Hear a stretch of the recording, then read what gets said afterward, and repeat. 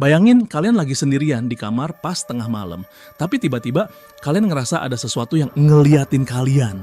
Bukan cuma perasaan, tapi kalian bisa merasakan tatapan dingin itu.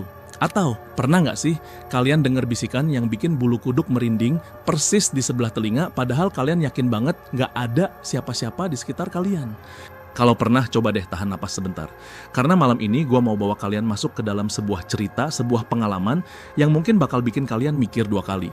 Apa tempat tinggal kalian saat ini benar-benar cuma dihuni oleh kalian sendiri? Atau ada penghuni lain yang tak kasat mata? Gimana, udah siap? Oke, kalau udah siap, mari kita mulai. Jadi gini, Siti ini kan tipikal anak yang mandiri banget dan pantang menyerah. Dia merantau dari kota kecil di Jawa Tengah ke ibu kota Jakarta demi ngejar mimpinya kuliah di salah satu universitas favorit. Udah pasti hal pertama yang harus dia beresin setibanya di sana adalah tempat tinggal kan ya.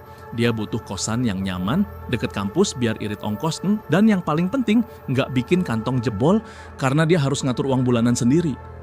Setelah seharian muterin kota, keluar masuk gang sempit, nanya sana-sini ke ibu-ibu warung dan tukang ojek, akhirnya dia nemu satu kosan yang kelihatannya cocok banget. Namanya kosan Mawar Hitam. Denger namanya aja udah agak aneh ya. Mawar Hitam. Gue langsung merinding nih. Jujur, Siti sendiri sempat ngerasa ada yang janggal dan gak srek di hati. Tapi karena lokasinya yang cuman butuh jalan kaki, ya sekitar 2 menit ke kampusnya, dia pun coba positive thinking aja. Mungkin si ibu kosnya punya sense of aesthetic yang unik, suka sama bunga mawar warna gelap. Siapa tahu gitu kan. Bangunan kosan ini sendiri lumayan besar, 2 lantai dengan arsitektur lama khas rumah Belanda zaman dulu. Catnya udah mulai pudar dan lumutan di beberapa bagian temboknya. Tapi nggak terkesan angker kok, cuman terkesan tua aja. Siti dapat kamar di lantai 2. Posisinya paling pojok, persis di sebelah tangga kayu yang lumayan curam dan berderit kalau diinjak. Serem gak tuh? Minggu-minggu pertama, semuanya berjalan normal, bahkan cenderung membosankan saking sibuknya Siti. Dia sibuk banget sama jadwal kuliahnya yang padat, adaptasi sama hiruk-pikuk kota yang gak pernah tidur, suara klakson kendaraan yang gak berhenti, dan macet di mana-mana. Penghuni kosan juga rame, banyak mahasiswi lain yang senasib ngekos buat kuliah atau kerja. Siti bahkan sempat beberapa kali ngobrol ringan sama beberapa penghuni lain dan mereka semua kelihatan ramah. Siti mikir, ini kosan biasa aja, mungkin cuma namanya aja yang serem. Dia pun mulai merasa nyaman di sana. Tapi siapa sangka kalau biasa aja itu cuma topeng belaka. Karena nggak lama setelah itu, semua kenyamanan yang Siti rasakan perlahan mulai terkikis. Suatu malam, sekitar jam 2 dini hari, Siti masih melek. Dia lagi ngerjain tugas kuliah yang deadline-nya besok pagi, jadi mau nggak mau dia harus begadang.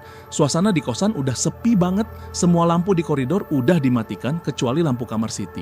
Tiba-tiba dari arah tangga kayu yang letaknya persis di sebelah kamarnya, dia dengar suara langkah kaki yang aneh.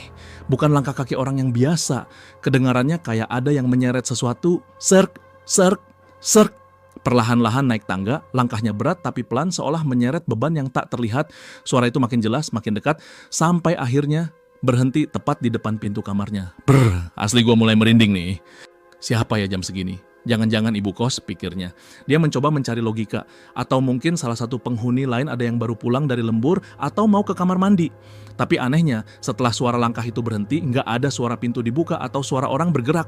Yang ada, malah suara gesekan yang tipis banget, kayak kuku panjang yang menggaruk-garuk permukaan kayu. Persis di balik pintu kamarnya, suara itu semakin terdengar sangat jelas. Nah, ini bikin si Siti makin penasaran kan ya. Siti menahan napas, tubuhnya kaku di atas kasur. Dia coba mengintip dari lubang kunci, tapi gelap gulita, dia nggak bisa melihat apa-apa. Lalu, suara gesekan itu berhenti, diganti sama suara bisikan yang sangat samar. Kayak gumaman, tapi nggak jelas apa yang diucapkan. Suara itu begitu dekat, seolah ada yang menempelkan mulutnya di pintu kamar Siti. Dia buru-buru nutup kupingnya dengan kedua tangan, baca doa apa aja yang dia ingat dari kecil sambil matanya merem erat-erat. Siti nggak berani bergerak dari tempat tidurnya. Bahkan, untuk menyalakan lampu pun dia tak sanggup. Dan kondisi ini bertahan sampai fajar menyingsing dan matahari menembus jendela. Haduh, kasihan banget ya.